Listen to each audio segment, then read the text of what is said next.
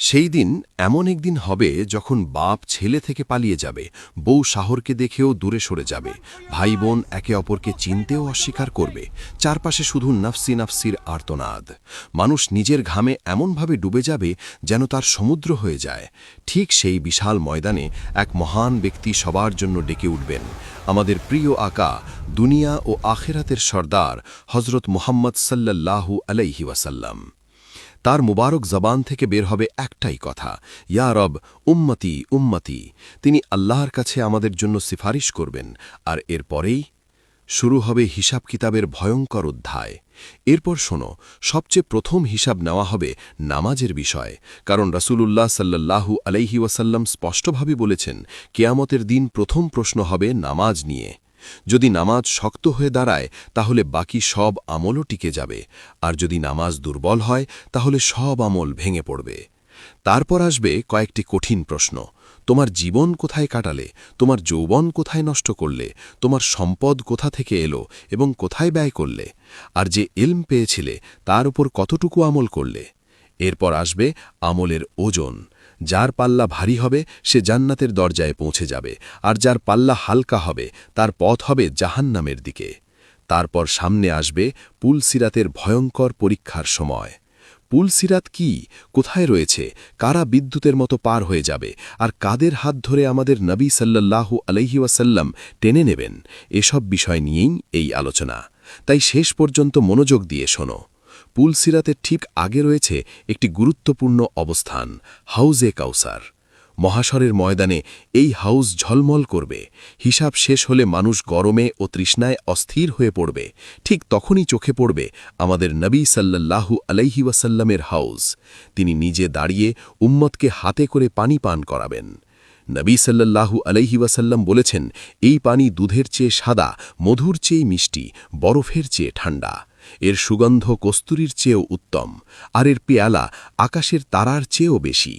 যে একবার এই পানি পান করবে সে আর কখনো তৃষ্ণার্ত হবে না। রিবায়েতে এসেছে, নেককার বান্দারা পুলসিরাত পার হওয়ার আগেই হাউস থেকে পানি পান করবে, আর কিছু মানুষ গুনাহের কারণে পুলসিরাত পার হওয়ার পর পান করবে, যাতে পুলসিরাতের কষ্টে তাদের গুনাহ ঝরে যায় এবং এরপর তারা হাউজের পানি পান করে প্রশান্তি পায়।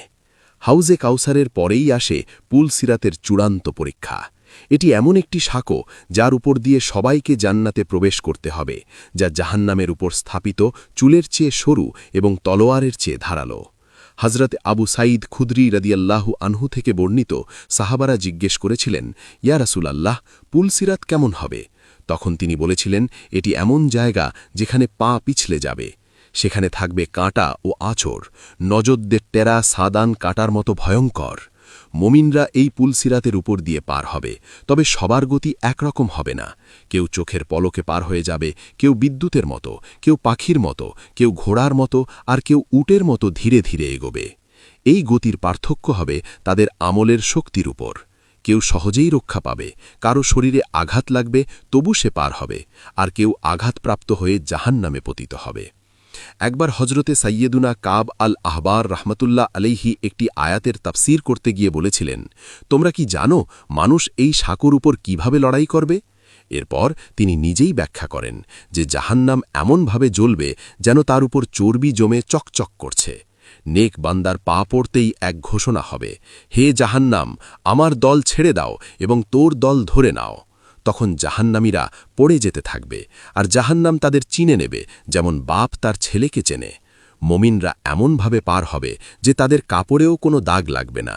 আর পুলসিরাত সবার জন্য চুলের মতো সরু হবে না, বরং আল্লাহ যাকে চাইবেন তার জন্য তা চওড়া রাস্তার মতো হয়ে যাবে। যেমন হজরতে সাইয়েদুনা সাইয়্যিদ বিন আবি হিলাল রহমতুল্লাহ আলাইহি বলেছেন, আমার কাছে যে খবর পৌঁছেছে তা হল কেয়ামতের দিন কারোর জন্য পুলসিরাত চুলের চেয়ে সরু হবে, আবার কারোর জন্য তা বিশাল উপত্যকার মতো চওড়া হয়ে যাবে। সবার আগে এই সাঁকো পার হবেন নবী সাল্লাল্লাহু আলাইহি ওয়াসাল্লাম, তারপর অন্যান্য আম্বিয়া ও মুরসালিন, এরপর এই উম্মত, তারপর বাকিরা। রিওয়ায়েতে এসেছে, আল্লাহ হজরতে সৈয়দুনা দাউদ আলাইহিস সালামকে বলেছেন, ইয়া দাউদ, তুমি কি জানো কারা সবচেয়ে দ্রুত পুলসিরাত পার হবে? তারা হলো সেই বান্দারা যারা আমার ফায়সালায় সন্তুষ্ট ছিল এবং যাদের জবান সবসময় আমার জিকিরে ভেজা থাকত। আমাদের প্রিয় নবী রাহমাতুল্লিল আলামিন হজরত সাল্লাল্লাহু আলাইহি ওয়াসাল্লামের শান সত্যিই অতুলনীয়। তিনি সবসময় উম্মতের চিন্তায় ডুবে থাকতেন। দুনিয়াতে তিনি উম্মতের জন্য দোয়া করেছেন, আর কিয়ামতের দিন যখন সবাই নিজের নাজাতের চিন্তায় ব্যস্ত থাকবে, তখনও তিনি উম্মতের সালামতির জন্য দোয়া করতে থাকবেন। ফরমানে মুস্তাফা সাল্লাল্লাহু আলাইহি ওয়াসাল্লাম অনুযায়ী তোমাদের নবী পুলসিরাতে দাঁড়িয়ে বারবার বলবেন, রব্বি সাল্লিম, ইয়া রব, সালামতি দাও, সালামতি দাও। ভাবতো সেই মুহূর্ত কতটা কঠিন হবে যখন প্রত্যেকে নিজের মুক্তির জন্য লড়াই করবে, অথচ আমাদের প্রিয় আকা সাল্লাল্লাহু আলাইহি ওয়াসাল্লাম নিজের জন্য নয়, উম্মতের জন্য চিন্তিত থাকবেন। তখন ফেরেশতারাও বলবে, ইয়া আল্লাহ, তাদের সালামতির সঙ্গে পার করিয়ে দাও। আর এটাই সেই মহান মর্যাদা যা আল্লাহ তার মেহবুব সাল্লাল্লাহু আলাইহি ওয়াসাল্লামকে দান করেছেন। তিনি তো সারাপা রহমত এবং শাফিউল উজমা। সত্যি তার দোয়া ছাড়া কেউ পুলসিরাত পার হতে পারবে না। যারা গুনাহের কারণে জাহান্নামে পতিত হবে, তারা সেখানে কিছু সময় কঠিন আযাব ভোগ করবে, নিজেদের গুনাহের শাস্তি পাবে এবং আমলের পূর্ণ বদলা নেবে। এরপর যখন তারা পাক ও পরিষ্কার হয়ে উঠবে, তখন আল্লাহ তার অসীম রহমতে তাদের জাহান্নাম থেকে বের করে জান্নাতে প্রবেশ করাবেন। সেখানে তারা চিরকাল শান্তি, আরাম ও সুখে থাকবে, আর আল্লাহর বেহিসাব রহমত চারিদিকে ছড়িয়ে থাকবে।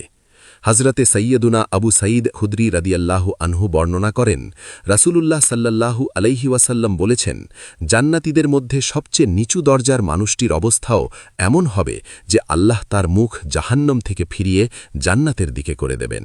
সে তখন একটি ঘন ছায়াময় গাছ দেখবে এবং বলবে, ইয়া রাব, আমাকে ওই গাছটির কাছে নিয়ে চলো, যেন এর ছায়া একটু স্বস্তি নিতে পারি।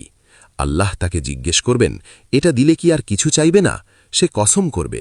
তখন আল্লাহ তাকে সেখানেও পৌঁছে দেবেন এবং সে সেখানে কিছু সময় আরামে থাকবে। কিছুক্ষণ পর সে আরেকটি আরও সবুজ এবং ফল ভরা গাছ দেখবে। তখন আবার বলবে, ইয়া রব, এবার আমাকে এই গাছটির কাছে নিয়ে চলো, যেন এর ছায়া, ফল আর পানি সব একসাথে পাই। আল্লাহ আবার জিজ্ঞেস করবেন, আর সে আবার কসম করবে। এরপর আল্লাহ তাকে সেখানেও পৌঁছে দেবেন। কিছুক্ষণ পর সে জান্নাতের দরজা দেখবে এবং চিৎকার করে বলবে, ইয়া রব, অন্তত দরজার কাছে নিয়ে চলো, যেন এই রঙিন জান্নাত একবার চোখ ভরে দেখি। আল্লাহ তাকে দরজার কাছে পৌঁছে দেবেন। সে সেই সৌন্দর্য দেখে বিস্ময়ে বলবে, ইয়া রব, আমাকে ভেতরে ঠুকিয়ে দাও। তখন আল্লাহ তাকে জান্নাতে প্রবেশ করিয়ে দেবেন। ভেতরে প্রবেশ করার পর তাকে বলা হবে, এখন যা ইচ্ছা হয় চাইতে থাকো। সে চাইতে থাকবে, আর আল্লাহ বলতে থাকবেন, এটাও নাও, ওটাও নাও। এভাবে তার সব চাওয়া পূর্ণ হয়ে যাবে। তারপর আল্লাহ বলবেন, তোমাকে সব কিছু দেওয়া হয়েছে এবং এর সঙ্গে আরও 10 গুণ বেশি দেওয়া হলো। সে তার জান্নাতি প্রাসাদে প্রবেশ করবে। তখন 2 জন হুর তাকে স্বাগত জানিয়ে বলবে, সব প্রশংসা সেই আল্লাহ, যিনি আমাদের তোমার জন্য আর তোমাকে আমাদের জন্য সৃষ্টি করেছেন। সে আনন্দে বলবে, আমি যা পেয়েছি এমন আর কোনো জান্নাতি পাইনি। শেষ পর্যন্ত আমরা আল্লাহর কাছে হাত তুলে দোয়া করি, ইয়া আল্লাহ, আমাদের জাহান্নামের আগুন থেকে বাঁচাও এবং জান্নাতে প্রবেশ করাও।